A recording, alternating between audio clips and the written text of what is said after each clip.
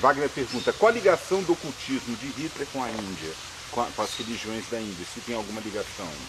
Da religião conforme descrita no documentário? O ocultismo de Hitler. Não, o que havia era uma inspiração dupla. Uma tinha a ver com o fato de que parte da convicção daquele grupo ali, que era o cérebro do Terceiro Reich,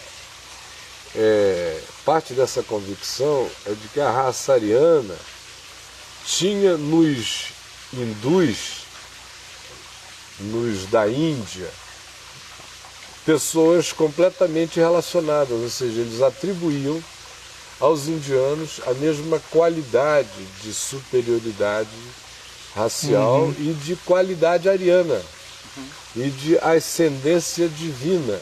Justamente por isso, no intervalo entre a Primeira e a Segunda Guerra, e durante a Segunda Guerra, eles gastaram um dinheiro enorme fazendo pesquisas na Índia e em países que guardavam aquela semelhança étnica, medindo tamanho de cérebro, de ossatura, fazendo todas essas medições. Eles contrataram legiões de pessoas para irem para lá para trabalhar, porque eles queriam purificar e chamar e aglutinar. E quando eles foram invadindo os países do leste europeu, tanto quanto já tinham invadido França, onde eles foram penetrando, mas especialmente no leste europeu, na Polônia, Bulgária, onde eles foram chegando por ali, especialmente onde havia maior densidade de traços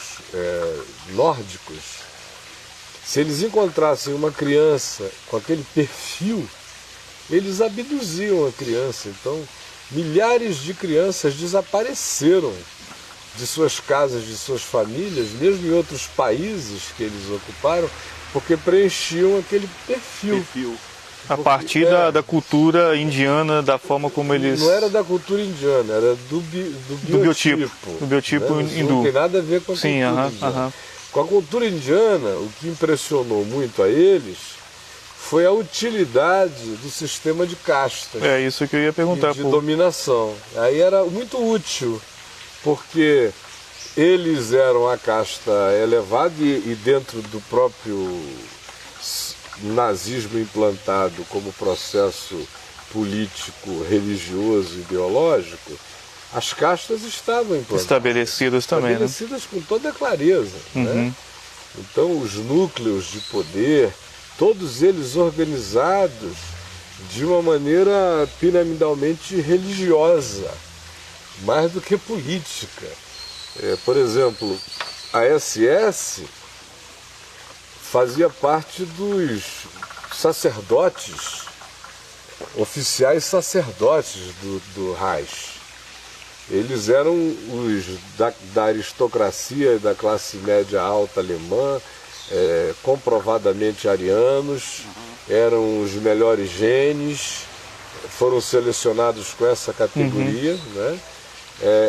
Eles vieram para fazer um replacement na SA, que tinha sido a polícia do Hitler, que foi de fato tão sanguinolenta no processo de tomada do poder que o povo entrou em pânico. Mas chegou uma hora em que a SA era burra demais para esses propósitos mais sofisticados da ideologia do processo inteiro, e o pessoal das classes mais altas estavam extremamente mais afinados com isto, porque já havia um movimento prévio que vinha do século XIX de pavimentação desse caminho inteiro, na Europa como um todo, na Alemanha também. Só que na Alemanha ele foi ganhando a densidade daquele complexo ariano que estava presente ali, com aquele desejo de ressurreição de todo o paganismo nórdico anterior, a abolição total de todas as marcas do cristianismo entre eles, e o endeusamento a messianização do Hitler, portanto, quanto durasse aquela era. E José Leal pergunta, ele foi o primeiro anticristo? Não, o João disse porque há muitos anticristos saindo do nosso meio. Mas ele é um deles. Há 2.000 anos atrás. Mas ele seria um deles, cara? Eu acho que ele é uma das grandes caricaturas. Eu queria até que você anotasse isso aí à parte, para a gente falar sobre isso daqui a um pouquinho mais. Você podia anotar? Está tudo anotado. Porque a gente ainda estava na Índia, né? Sim. Então, havia nesse sentido. E também na perspectiva da suástica, que era um símbolo chinês de alegria, prosperidade e paz, e também um símbolo que aparecia em muitas simbolizações indianas. Então essa... Inclusive acho que no Egito também existem alguns símbulos semelhantes, né? Usados em outras culturas. O mais semelhante de todos é o chinês, que o Hitler deu uma burilada no logotipo e o fez virar no sentido anti-horário, porque o chinês giraria na perspectiva horária, e o Hitler o fez girar na perspectiva anti-horária. Tem uma razão para isso? Ele achava a marca um dos melhores logos que poderiam haver, a significação de como é que eu diria, de tortuosidade do símbolo mor do Ocidente, que era a cruz, se entortar, e ainda a manifestação de que se estava iniciando uma resposta anti-horária, uma reação em relação ao que estava estabelecido. Era a anticoisa em relação a esse fluxo aqui, né? Então, nesse sentido, passa pela Índia, mas os pobres dos indianos não tiveram nada a ver com isso, né? O surto daqui é que os levou para lá. E é nesse sentido que existe. Agora, o Himmler, por exemplo, era tão fanático por cultos e filosofias indianas que ele caminhava com literatura mora indiana com ele o tempo todo, e lendo e se instruindo, e fazia isso com todas as formas de bruxaria e de ocultismo.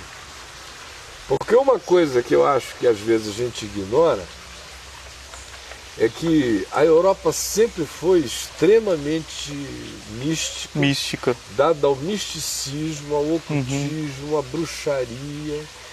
Sempre foi profundamente pagã. Do norte ou para o sul tem predominância? Não, ela é igualmente, profundamente pagã.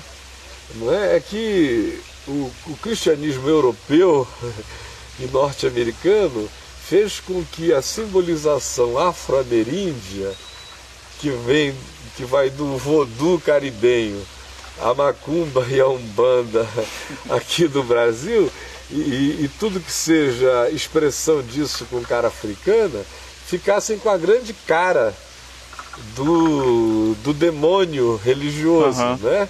Então os desenhos animados como sobre o Thor, lembra quando a gente era criança? Lembro. É um deus nórdico, né? O Thor e tal. O Thor estava até o talo na ideologia do Himmler, do Hitler, da moçada, o Odine.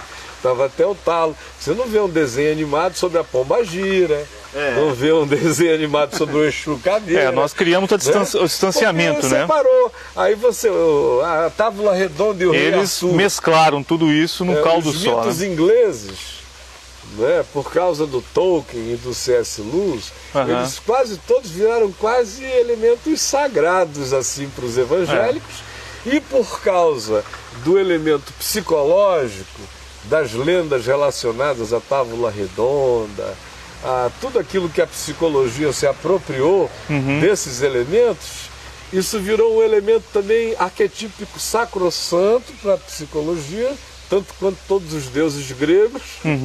E mais do que isso, você vê o mesmo movimento acontecendo em diversas outras formas de apropriação cultural, que foram de elementos religiosos, simbólicos, pagãos, antigos dessas culturas, que foram incorporados a elas, não fizeram nem parte de um sincretismo com o cristianismo, eles passaram a existir como uma espécie de memória venerável desse cristianismo. O folclore deles não foi demonizado, né? Não ficou. E a religião, ao contrário, a religião incorporou virou folclore, isso.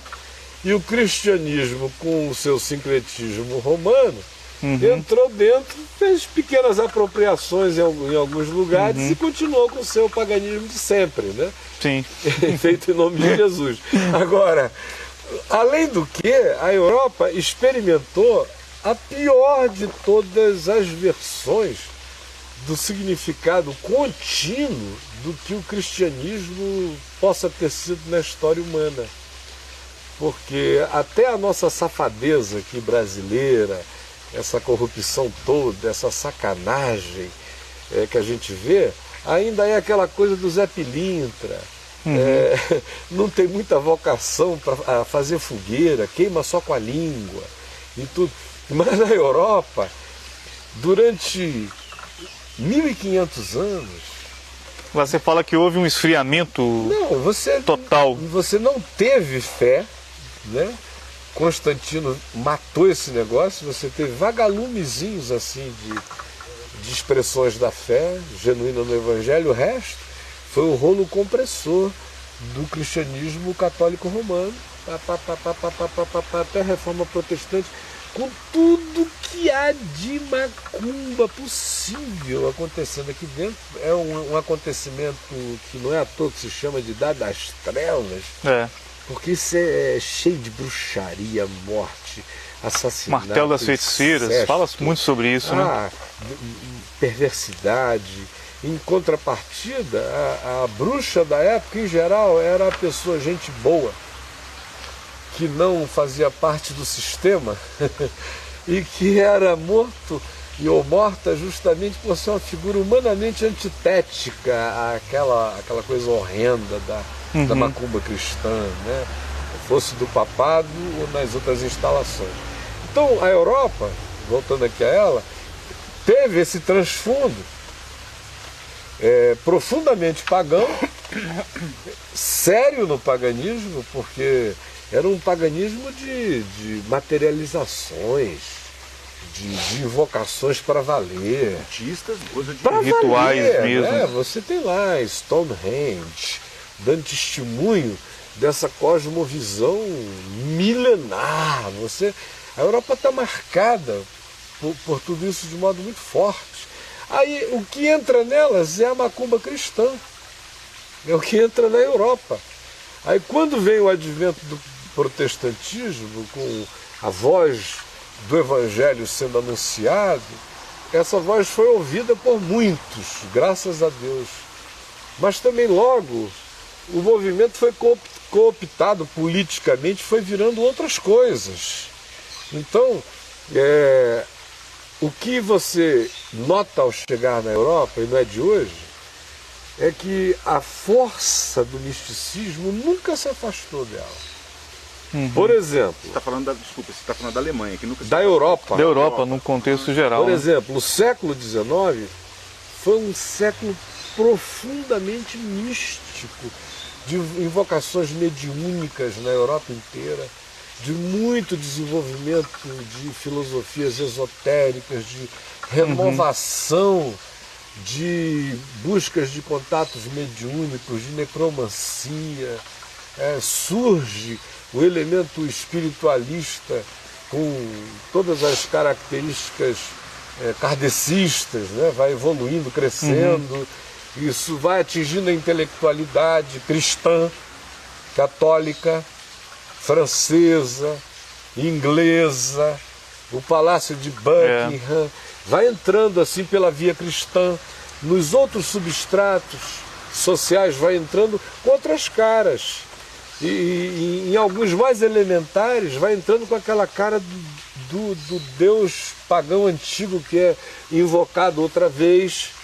Quando a gente entra no século XX, conquanto houvesse ao mesmo tempo na Europa filosofias extremamente ateias, na perspectiva positivista delas e autônoma, isto e aquilo, havia, paralelamente a isto, uma Europa que à noite jogava cartas com intenção de ler o futuro, que lia a mão, que invocava morte. O misticismo nunca saiu profundo e arraigado da vida deles, né? No século XX, aí vem a Primeira Guerra Mundial.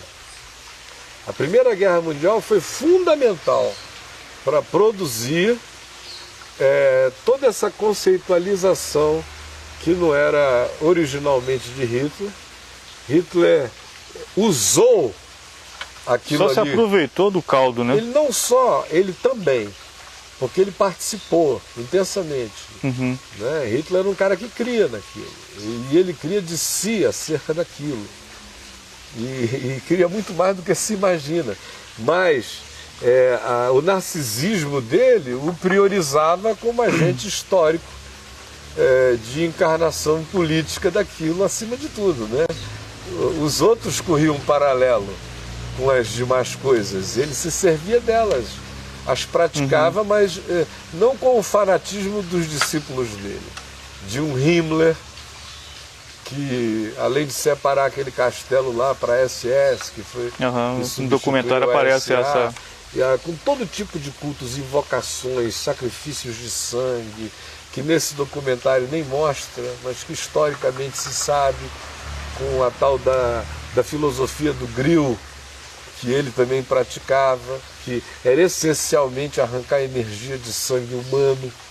Na perspectiva do Himmler, havia várias formas de ideologia do Grill, filosofia do Grill, mas a do Himmler era essa, bem pagã mesmo, de arrancar a energia vital do sacrifício humano. Sim. Né? Ele separou a Torre Norte do castelo para isto.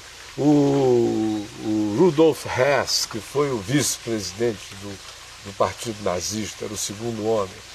Ele foi um cara que batalhou na Primeira Guerra, já tinha essa ideologia, já era discípulo da Madame Blavatsky, já acreditava na verdade da herança ariana e na necessidade da ressurreição dos deuses pagãos europeus. Quando eles se ferraram na guerra, ele ficou com muita raiva de ter perdido, porque ele achou que era o início dessa volta, dessa chegada. Além do que todo mundo se interpretava... Renovo, né? Do novo. Todo mundo se interpretava como reencarnação de alguém anterior. O Himmler achava que ele tinha sido, numa vida passada, um rei alemão. Isso é uma influência do hinduísmo, basicamente, para eles, né, ou não? Mas também vinha da Madame Blavatsky, também do kardecismo, da mistura toda que estava ali já. Um caleidoscópio. Não era o famoso olho aquela mistura da de mosca. Exato. Isso é uma síntese muito complexa, não dá para sair fazendo pequenas atribuições, isso é uma conjunção uma religião, mas com vasos comunicantes muito sutis. Então, o Hess, ele ficou com tanto ódio que ele disse, não, esse negócio tem que ter uma virada. Quando ele viu o Hitler falar a primeira vez, foi depois, entre a Primeira e a Segunda Guerra, o Hitler, que tinha combatido na primeira, aceitou a missão dada pelo exército de se infiltrar no Partido Trabalhista Alemão, no PT alemão, que tinha fama de ser um partido de esquerda. E ele se infiltrou como uma figura pequena, se infiltrou como agente. Como 1923, não foi agente, só para saber qual era dos caras, com medo de uma comunização na Alemanha. Mas aí quando ele entrou, ele descobriu que eram todos de extrema direita. O PT alemão era de extrema direita. Aí, conclusão... Era o contrário. Ele cresceu lá dentro e virou presidente do partido. Ele cooptou o partido para o processo dele. Aí, nesse processo é que o Hess o ouve falar a primeira vez, quando o ouve se deslumbra. E ele aí vê nele a figura... Disse, hoje eu vi o Messias, o homem que vai mudar a Alemanha.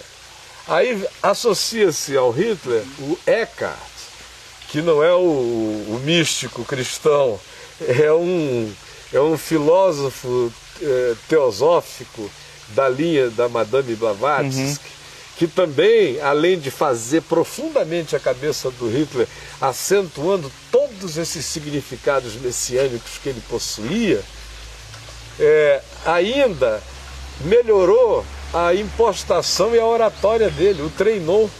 Foi o grande treinador teatral da performaticidade do Hitler, foi o Eckhart, que foi o cara que fez o bicho ficar... Aparecer a figura dele como Messias mesmo para todo mundo, né? E fortalecer isso, né? Enquanto isso corria paralelo o processo de fazer com que o culto particular, que era um sincretismo, se transformasse num culto coletivo na nação. Foi pegar as particularidades da convicção individual e comum daquele grupo ali, que era crescente, porque a doutrinação não cessava, jamais, nem o abduzimento de crianças, nem coisa alguma, valia tudo. Assim como valia eliminar todo doente mental, toda criança que nascesse fadada a uma saúde fraca, qualquer coisa, valia eliminar, era uma obra de caridade, toda pessoa inútil. Eutanásia era uma obra de misericórdia, não é? Que isso, era normal, assim como era normal também dizer o seguinte: para cada homem que a gente perder na guerra, nós temos que ter pelo menos 2 ou 3 crianças novas nascendo. E para a gente era não aquela perder ideia do harém das mulheres, de muitas mulheres. Da SS. Aí, e como eles queriam só fabricar arianos de primeira linha, então os oficiais da SS tinham o poder de harém. Eram os reprodutores. As mulheres só ficavam ali de barriga sendo cheia e os caras inseminando-as. E era um nascendo outro, assim, né? ratoeiras. Uma ninhada ninhada mesmo. de hamster. De ariano. Bichinho nascendo. E a doutrinação jamais cessando. E a perspectiva de transformar o que era a convicção particular, com os ritos grotescos do particular, numa manifestação coletiva que acabasse se transformando psicocoletiva, psicossocial, em todas as dimensões. Então, as reintroduções que foram feitas de ritos na vida nacional, com a figura de Hitler presente, na SS um oficial podia fazer casamento de pessoas da SS e davam eucaristia pagã da SS, no lugar do crucifixo estava lá o retrato do Hitler. Era uma religião. A mesma coisa tinha que ser levado para os movimentos públicos. Então vão ressuscitando os solstícios, incorporando-os ao nacionalismo. Não estava mais, né? Foram e nacionalizaram, nazificaram essa coisa. Então cumpriam 2 propósitos, um político, ideológico, e um outro religioso, espiritual, reaprofundamento de toda aquela conceitualização que estava sendo montada e criada para ser praticada daquele modo.